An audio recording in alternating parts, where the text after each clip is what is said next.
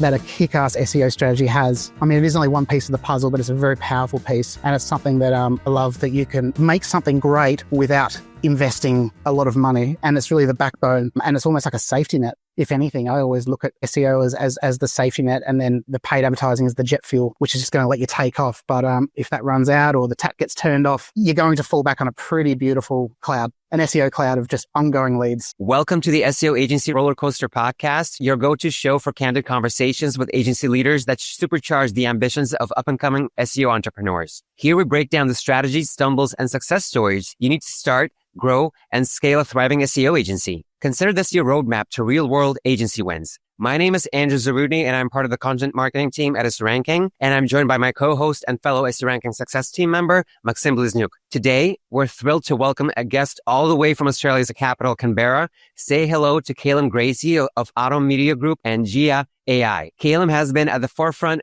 of integrating AI into SEO and web design, helping Australian service businesses transform their websites into 24/7 lead generating machines. We'll be diving deep into his entrepreneurial journey, agency evolution, and his vision for the future of AI and digital marketing. Buckle up, it's going to be an insightful ride. All right, giving the word to you guys. Let's take it away. My goodness. Okay, awesome. Callum, thanks so much for joining us today. So just to get started, I have a question about your background in general. So as far as we're concerned, before diving into digital marketing and the SEO world, you were quite deeply immersed with music and even had a side hustle as a DJ, and maybe you still do. So I just wonder, why the change? Why did you decide to go for the digital SEO world? And do you believe that that shift and your background in music has actually affected the way you work within your agency at this time? Fantastic question, Maxim. Thank you for asking that. So, well, it's quite an interesting story. I'll keep it very brief. I started out as a teacher. That was interesting. And then I ended up having the opportunity to perform music with a band called the Baker Boys Band. So I played the trumpet and saxophone, which is always fun. Now, the cool thing about this band is there's actually part of a much bigger operation. And it's actually part of a marketing company called the International Artists League, which is based in New York. And they have a band in each state, in each city. And I was actually given the opportunity. I started doing some consulting and some management for that. And then I was able to build the Canberra team to about 30 creatives, which was fun. And then I was given the opportunity to launch the Queensland branch. And I was able to get that up to over 100 creatives and build it up to be, to a point where we were doing 8, 9, 10 events in one night. So we're managing a lot there. And I was able to work closely with the marketing team to truly understand how they can make a collective of people, of individual artists, come together to be an amazing band, even though it's different each time. Well, it's not each time, but it can be the Baker Boys band can be one of many. So from there, life was fantastic. I was working closely with the marketing team in New York. I was managing so many amazing musicians and artists and photographers and videographers. And then I was doing lots of gigs. I was performing full time at a lot of weddings. And then COVID hit. This was in 2020. And then that's where everything I lost everything. All of my gigs got cancelled. And there was just a massive shutdown in Australia. It was absolutely chaotic. And naturally, being a trumpet player, I was the first to be let go of in the band when they had the massive reduction of who can be at events. I think it got down to about 40. So I was left with, no money. It was a commission-based job. And then I thought, man, what do I do? And then that's when, luckily I had teaching in my back pockets. I was able to jump into relief teaching, which was really good. Got me over the line, but I needed to make money. So I thought, well, what can I do to make people need me? So I became a DJ. I said, I'm going to be a DJ now. So the DJ didn't start until COVID hit, which made me realize that that's the thing that I needed to do to be able to, make it so that I can grow it. And knowing how successful the Baker Boys band was with their digital marketing, I was able to deep dive into SEO, and I got absolutely obsessed with it. So much so that I was able to turn it into a big moneymaker for me. And in the space of just 12 months, I had a side hustle of over $100,000, which was just insane for me. And then I thought, well, if I've done it for me, it's definitely a repeatable process. So I did it for my siblings and two other, who are now amazing DJ and artists in Melbourne, and they're killing it. And again, they're making fantastic money as well. And they're loving it. I thought, all right, Automedia is a thing. It wasn't official, but I thought I needed to jump on the bandwagon and go all in. So I ended up taking a job. Well, I ended up taking a job for a digital marketing agency here in Canberra. And I was lucky enough for them to give me the opportunity without a background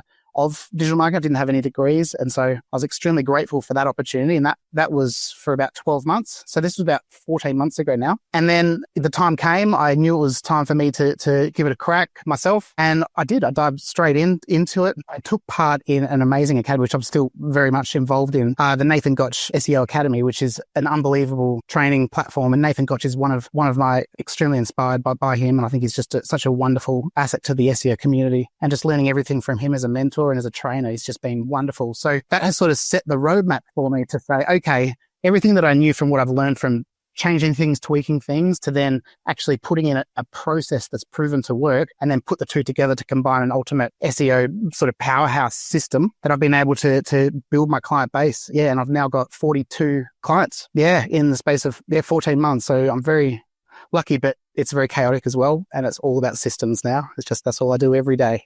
It's just systems and processes, because I think it's just a little bit bigger than me now, which is cool. That's my story. Take it away, Maxim. Thank you. That's a lot of context. That's quite a switch. That's really impressive. You've made so many changes there. Just fascinating. Andrew, would you like to follow up with a different question? I'm wondering what is specifically within you. What was that moment that pushed you to become your own man, especially when you have you have a family, you have responsibilities, you're moving from a stable job. What does that conversation within you sound like? How did you push yourself to just having so much responsibility from going, from a regular job to just being your own man working? Because, if you work for yourself, you're working 24/7 basically. So what was that push for you specifically? How did you motivate yourself? Yeah, that's a really, really good question. So for me, I am extremely driven. I've always been like that. I needed to prove to myself that I have what it takes to be successful. So I did it for myself first. I then did it for people in my close circle. They're smashing it. Then moved to a great agency here in Canberra. And I was able to, even just in the first month of working for an agency, was able to get over $18,000 in monthly revenue for the company, which is amazing, which just showed that my true passion for SEO and for digital marketing and how it can actually help businesses. I guess, they took my call, they met with me, and they got on board with my vision of the true power that a kick-ass SEO strategy has. It is only one piece of the puzzle, but it's a very powerful piece. And it's something that I love, that you can make something great without investing a lot of money. And it's really the backbone, and it's almost like a safety net. If anything, I always look at SEO as the safety net, and then the paid advertising is the jet fuel, which is just going to let you take off. But if that runs out or the tap gets turned off, you're going to fall back on a pretty beautiful cloud, an SEO cloud of just ongoing leads. So that's where I think that, we can help so many business owners. So for me, at the agency, the hardest part for me is I was all in to be there, but the fact they gave me the opportunity to be there was absolutely incredible. For me, it was a personal decision. My terms of the contract with remuneration got cut, and the goalpost had been moved a few times. And it just got to this point where I thought, okay, I was doing the sales as BDM. I was also pushing for the systems of SEO to be implemented,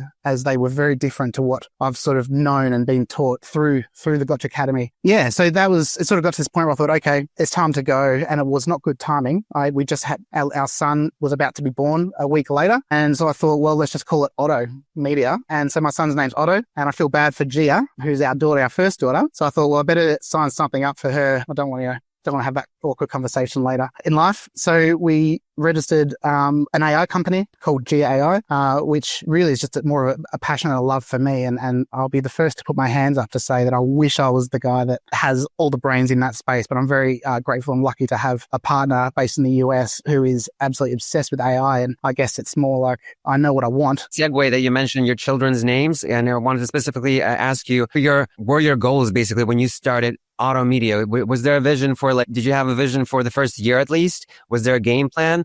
Or did you just have a desire to do something and you found the right people? And the same question for Gia AI, if you could just tell us, what are the goals of both of these companies that you're involved in? Even understanding your background, with SE ranking, the motivation behind AI processes, even just on that platform is just incredible. So, credit to you and what you guys are doing. You're far more ahead of anything that we're planning. But what we're most excited about is utilizing and harnessing AI. It's not to do SEO. It's to fast track and speed up SEO efforts so that we can do more. But you've always got to have that human element, and it's more of a safety net of not knowing exactly how dangerous AI is, but using it to speed up the processes, fast track the processes. But ultimately, we've still got to lay down those true foundations through our systems and a human team. And what about Auto Media Group? Was there like a vision that you wanted just to work on web design? Did you want to work on SEO? Did you want to work on video or social media? Is there like a certain vision that you have for Auto Media, and where's the scope? So I started out just thinking I'm doing SEO and that's all I want to be, is the best SEO company that people can trust. And it's grown naturally and it's completely changed direction of where I expected it to go. So what sort of happened is we sort of found now although SEO, even when we started and with AI, it's changed so much that now it's a lot more about brand awareness and content. And now with AI overviews and all those LLMs coming to play, it's more important than ever that you focus on getting people talking about you. And it's not just your website that you focus on. So we're doing a big push and a big move into something quite new here in Australia, digital PR, which I'm not sure how is that. That's probably quite a big thing for you guys. We're a bit slow in Australia, but pretty much getting publications to talk about you to get those really strong backlinks to really help push your SEO. But more importantly, getting you featured in those AI overviews and AI search results. Well, you're like the living personification of somebody who when you were a teacher. Thank you for doing that, for being a teacher. I feel they're always underappreciated, but I'm just blown away by your transition and how quickly you're just switching gears. So I'm really excited to even have this conversation in a year's time to see where you are. Maybe you'll even outpace this ranking at that point with all the things that you have planned. So let's make a transition.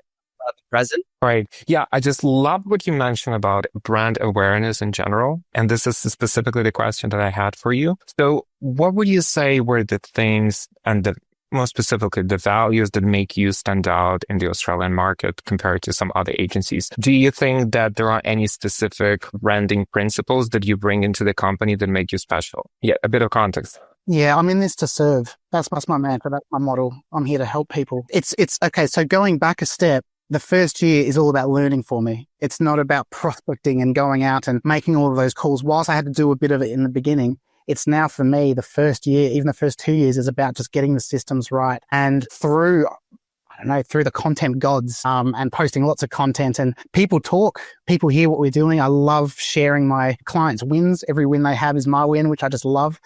A lot of agencies want to hide that. They don't want to sort of tell people. Whereas I sort of thought, well, if I'm doing the best job I can, what have I got to hide? So I might as well just, shout out all the wins that my clients are having. And I think the values for us is we're just doing the best we can. We want to innovate always. We want to try and push the boundaries and challenge ourselves and be on the forefront of, again, technology and what's available to us. And in terms of how we like to view our clients, it's a partnership, long-term, all in, to make their business and help them succeed. And that's sort of how we kind of naturally moved into a different direction, because I could just see just through my own studies that SEO is changing significantly, even just in the last 12 months. And we're moving with them to more brand awareness. Again, content is massive. I've got full-time content managers and our social media managers based in Brazil. And so she's just working full-time. So credit to Sarah. She's amazing, by the way. So she's working really hard in pushing content, and just naturally people are just coming over and we're sort of at that point now where we're kind of ready to just it's gone way bigger than I expected, a lot faster than I expected. And I think it's more important now I want to educate people, but not jump to sort of save them now. It's more about guiding them to say, look, this is where you're at. This is what's realistic. And this is what you can do yourself. That's very easy to do. And that's going to give you the macro. Don't worry about the micro just for now. Because at some point, that's when they'll come knocking where I will be ready to take them on. And they'll be ready to scale. But I think they love the fact that we share everything. I love it. I absolutely love it. We've got to preach it until they grow. I have a follow-up question here before we go to the next one about your team's composition. So do you try to build an in-house team, or do you try to build good freelance connections? Or do you have maybe like a partners that sort of take care of something? Or maybe you even have like an agency that takes care of content for you, for example. Just whatever the situation is, and what is your ideal situation for you? What would you want it to be? 100% in-house. We cannot align or calibrate ourselves to our mission if we are going to outsource anything. Nothing is outsourced. Now, in terms of building the team, this is a really interesting one because I've always thought, we're going to have our team here. Everyone's going to be able to talk amongst ourselves, but we've found ourselves, I've got to be careful how I say this. The talent that we have purchased, I bank it based on the value of what we can bring into the company to what we can deliver out to our clients. So for example, whilst I would love to spend $130,000 in an SEO manager, that talent, I'm just not in that position yet to be able to have that luxury here. But I know the talent's out there. And so we have an incredible technical SEO specialist who I can actually afford that's based in India.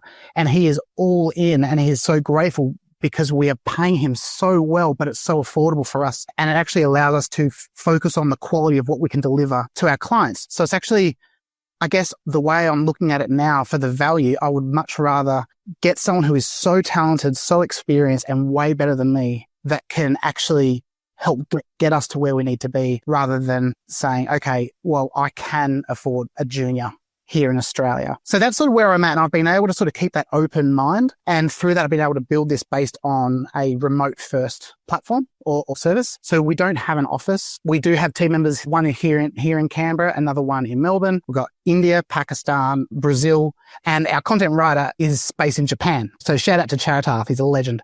Yeah, so we are all over. And again, even that has its challenges. So that's another story. That'll be our next episode, I think. Yeah. Fascinating. So considering like all of those people being all over the globe, so since you're trying to build an in-house team, but all those people being all over the place, I'm just wondering, how do you work with your teammates? How do you work with, your employees just to foster that ability for creativity, consistency, and transparency? Like, is there a specific way you pick people that have the same values, or is this something you just try to nurture when they're already hired on for your company? Yeah, that was a really good question. So I was so lucky that part of the Gotch Academy, there is an incredible talent. Her name's Zia, and she's been with me from the very beginning, and she's still with me today. And bless her, she is one of the most talented, most driven, hardworking individuals who I just absolutely adore. And so I was able to partner with her from the beginning and get this up. And then she had other friends. So she's based in the Philippines. And then she introduced me to a content writer who was able to help with our script writing, which helped with all of my content,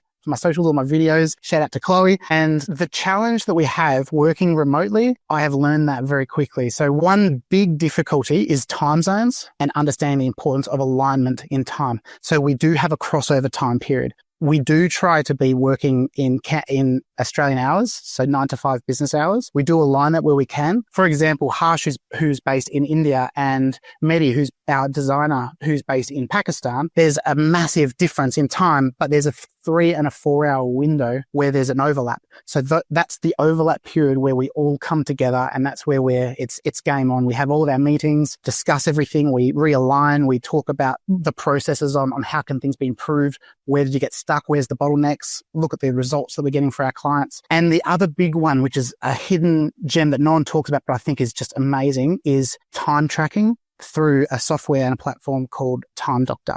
So we're able to have our team track their time and track their work. And what I love the most is we can see how our team are working through the systems that we are implementing. We can see in real time just where they're getting stuck or where they're taking quite a lot of time. And then from that, we're able to calculate the time on each task. So we know that when a task comes in for X, we know that it's going to take this long to get it done. And you can sort of track it throughout the time. It just allows you to say, okay, we can fast track this here. We're spending a lot of time here.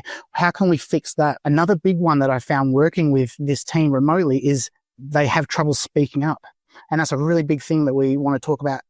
And that we do. We're very open at Auto Media, is the importance of people feeling valued and to speak up if they are feeling overwhelmed or the workload is too much. You know, we did have one of our team members who didn't speak up, but we could just see so many things were waiting on this person. And then yet we had our other SEO expert that we could see, because we track how much time the things take. We knew that they were they had time, so we were able to take that and put that over there because he was drowning in work, and it was hard for us to see. So that's a really cool thing. So Time Doctor is a great one, and then leveraging other fantastic software is really important too. So we use ClickUp. as our CRM, which I love. That's a really, really cool tool. We've sort of tried all of them. Monday.com started there. We've done Pipedrive, we've done HubSpot, and we've landed on ClickUp, and I absolutely love it. But the best thing we ever did was hired a full-time operations manager. She's fantastic, and she's one that is in charge of the deliverables, in charge of always improving the systems and challenging the systems. And I just love our weekly catch up where we all get to just pull things apart and just have some fun. And it gets heated, but we love it.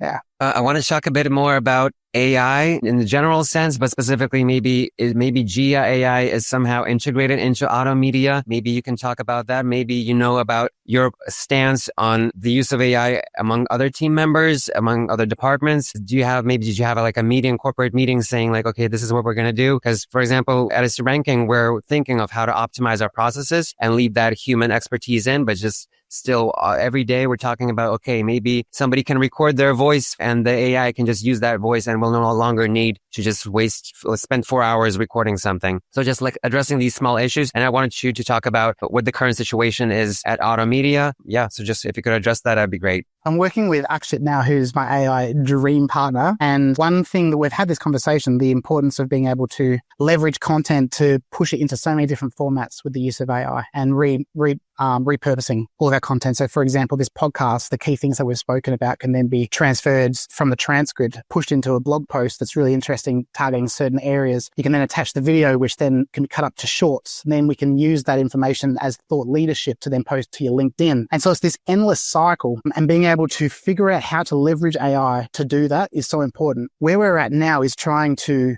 well, with the launch of VO3 through Google, just the fact that the AI can produce the most amazing, most real looking avatars, which is me, which is hilarious. And I had some fun with it just last night with my wife. I mean, it can only be 8 seconds. So we're not quite there yet where we can have AI, unless there's something that I don't, please tell me offline. That would be great. But being able to replicate yourself as AI to then produce the content to say, we'll be able to scrape, I won't go into the specifics, but we're able to stay on top of trends of what's happening and what research is being done and how SEO is moving forward. And then take that information, sit with it, work with AI to think, how can this impact where we're currently at today? And then we write about it and talk about it. And that's going to allow you to really stand out in the community as quite a leader. So some really cool stuff there as well. So how we blend. For us right now, we're working on building a SaaS platform that's helping service-based businesses utilize and harness the power of AI to help generate more leads. That's the biggest pain point that I'm seeing with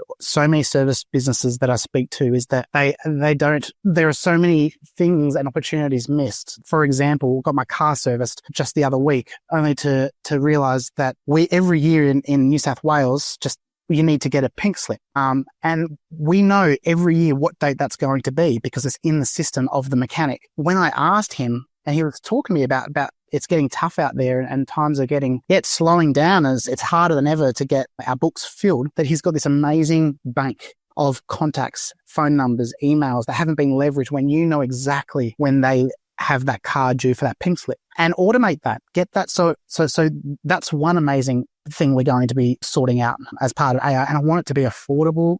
That's going to truly help them because there's just so much cool stuff. A cake shop, doing an e-commerce website for a cake shop, only to realize that they've got over 1,000 people that they know when their birthday is, but there's nothing automated or put in there to then get that sale. Every year, there's an extra 1,000 cakes at a minimum. There's so many opportunities where you can help people there, and pushing for Google reviews. I mean, service-based businesses are too busy to learn SEO or to understand it. So we try to make it simple, but there are a few things that will really help get their phone ring. And big ones for that is like local SEO and Google Business Profile, and even just pushing out using AI to leverage that to get reviews and having them responded to. And it's all content rich. So Google's always watching, even through your responses. It's going to really take on board what you're saying to help leverage where you found and what you found for. So yeah, that's how we're using Gia AI. It's more of a fun thing through just my passion of trying to push the limits. That's fascinating. There are so many low-hanging fruits, especially with the discovery of AI and its everyday use in SEO.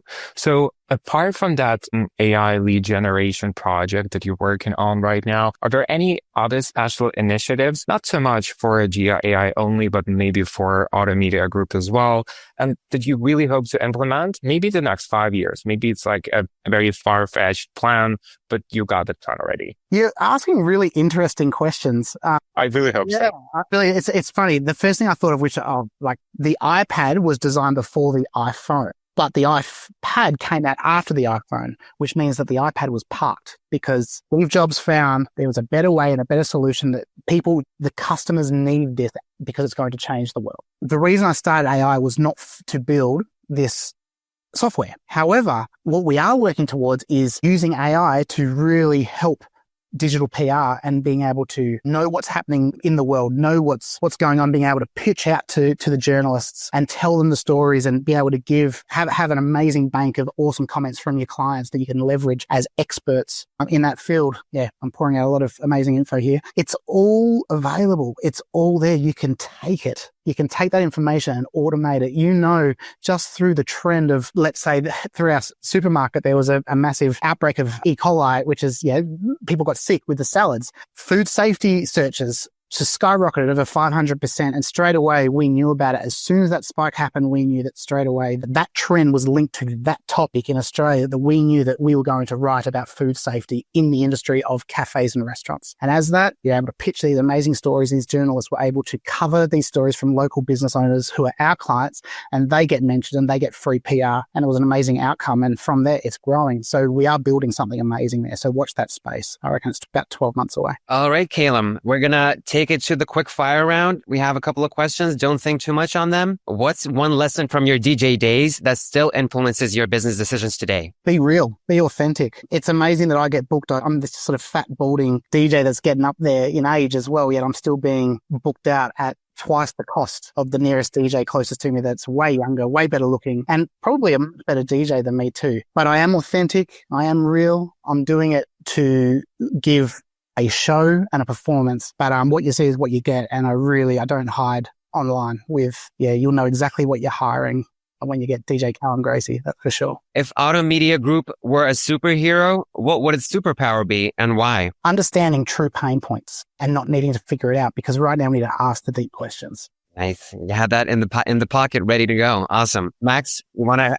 one more? Yes, I have two more for you, Callum. So what's one skill you believe every digital marketer should actually have or hone to stay relevant in the industry? Try and break it. As a worker, try and push the systems and innovate. I will reward my team for any time that they can save in the funnels, in the journey for our clients. If they can save us 10 hours, then I'm going to be rewarding them for that. And I encourage that. And we sometimes fall flat on our face too. And it was a massive disaster. Everyone lost, but we love that we did it, and I just cherish them for that. And it's just the learning experience. So I just say, as a worker, follow your heart and always learn, and be in a team environment that cherish that and cherish you as a person and who you are and what you stand for and what you value. I think everyone's individual, and you need to love them for who they are. And ask them the questions to know exactly, truly what they value and what they want for a long-term relationship. It's a good one. And what's the most memorable piece of advice you've ever received? And how do you believe it has affected your life or your career? Let's be more specific. That was Gary Vee, mate. We're all going to die, so fuck it, do it anyway. And go for it and give it your all. Yeah. And so, you're going to die. So what the heck? Yeah. Go for it. Ending it on a lighter note. Yeah. Hopefully it's not a surprise for anybody out there. Yeah. We're just here to make an impact, leave our footprint. Yeah. All right. That's going to be the opening of this podcast. You're all going to die. Yeah. Great soundbite. Yeah. We should definitely title it. Hook people in from the get-go. Great, Callum. This has been excellent. Great talk. We're going to do the outro here and saying that's a wrap for this episode of the SEO Agency Rollercoaster podcast. A huge thank you to Auto Media Group's very own Callum Gracie for letting us pick his brain. This podcast is brought to you by SEO Ranking, the SEO toolset that helps agencies scale smarter and achieve lasting success. Don't forget to follow us for more expert talks, actionable tactics, and inspiration to navigate the agency rollercoaster. Keep innovating, stay ahead of the curve, and remember, your next big agency milestone starts with taking action.